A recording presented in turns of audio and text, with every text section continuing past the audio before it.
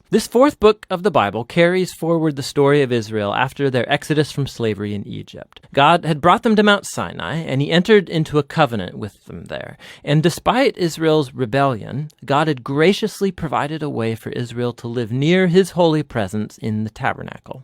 So the book of Numbers begins as Israel wraps up their 1-year stay at Mount Sinai, and they head out into the wilderness on their way to the land that God promised to Abraham.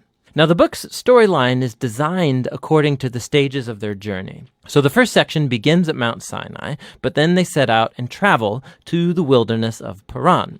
And then from there, they travel to the plains of Moab, which is right across from the Promised Land. Now the first part opens with a census where the people are numbered. That's where the book gets its name. And then there are laws about how the tribes of Israel were to be arranged in their camp. So the tabernacle was to be at the center, and then around that, the priests and the Levites, and then around them, the 12 tribes neatly arranged with Judah at their head. Now, this was all an elaborate symbol about how God's holy presence was at the center of their existence as a people. This is all followed by a whole series of laws that develop the purity laws from the book of Leviticus. If God's presence was going to be in their midst, every effort should be made to make the camp pure, a place that welcomes God's holiness. In chapter 10, the cloud of God's presence lifts from the tabernacle and guides Israel away from Sinai out into the wilderness, and immediately things go terribly wrong. So in chapter 11, the people start complaining about their hunger and thirst and how they want to go back to Egypt. And then in chapter 12, Moses' own brother and sister begin opposing and bad-mouthing him in front of all of the people. This trip is not off to a good start.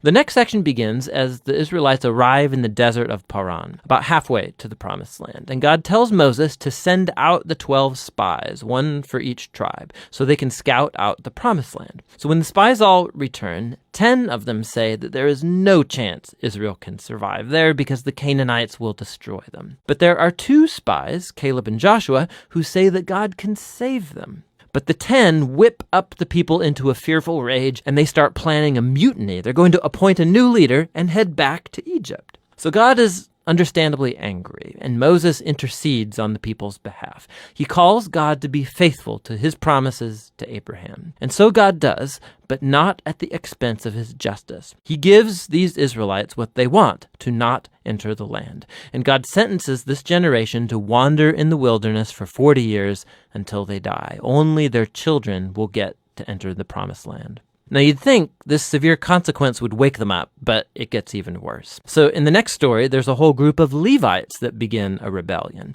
and they challenge Moses and Aaron's leadership, saying that they have gone way too far. So God deals severely with these Levites, and he renews his commitment to Moses and Aaron as Israel's leaders.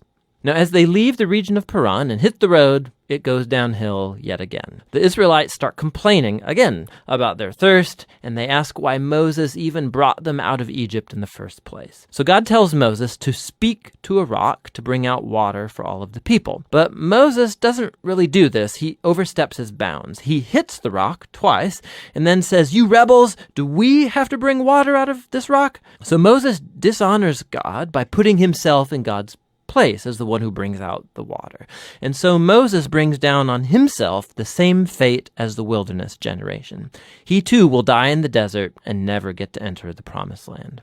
After this, the Israelites rebel yet again, and God brings a very strange judgment on them, venomous snakes to come and bite the people. And so Moses again intercedes on behalf of the people. And God tells Moses to do this, to make a bronze snake and to lift it up on a pole, so that whoever looks at this snake would be healed of the poisonous snake bite. It's a very strange symbol, but it speaks to the challenge that God has by being faithful to his covenant. He's right to bring justice on the Israelites' evil and sin. But even God's justice gets transformed into a source of life for those who will look to God for healing. From here, the people head into the plains of Moab, and the first main part of the section focuses on the strange figure of Balaam. So the king of Moab is freaked out at this huge group of people traveling through his territory. So he hires a pagan sorcerer, Balaam, to pronounce curses on Israel.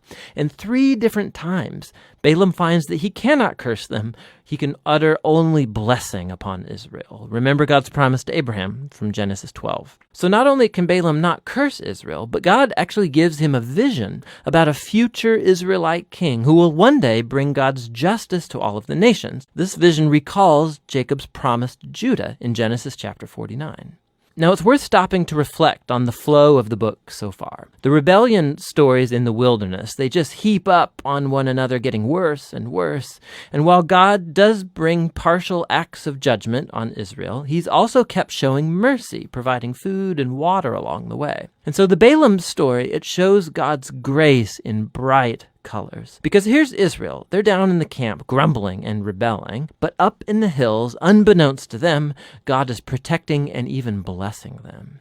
And it's this contrast between Israel's rebellion and God's faithfulness in the wilderness. That's what made these stories so important for later generations of Israel. So the wilderness stories are retold time and again by later biblical prophets and poets, and even by the apostles in the New Testament.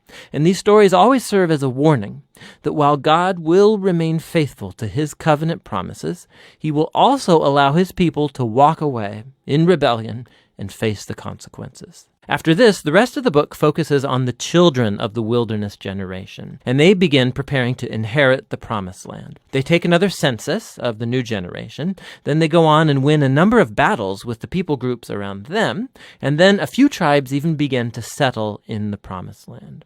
So the book ends with the new generation poised to enter into the land, and Moses is about to deliver his final words of wisdom and warning. But for now, that's what the book of Numbers is all about.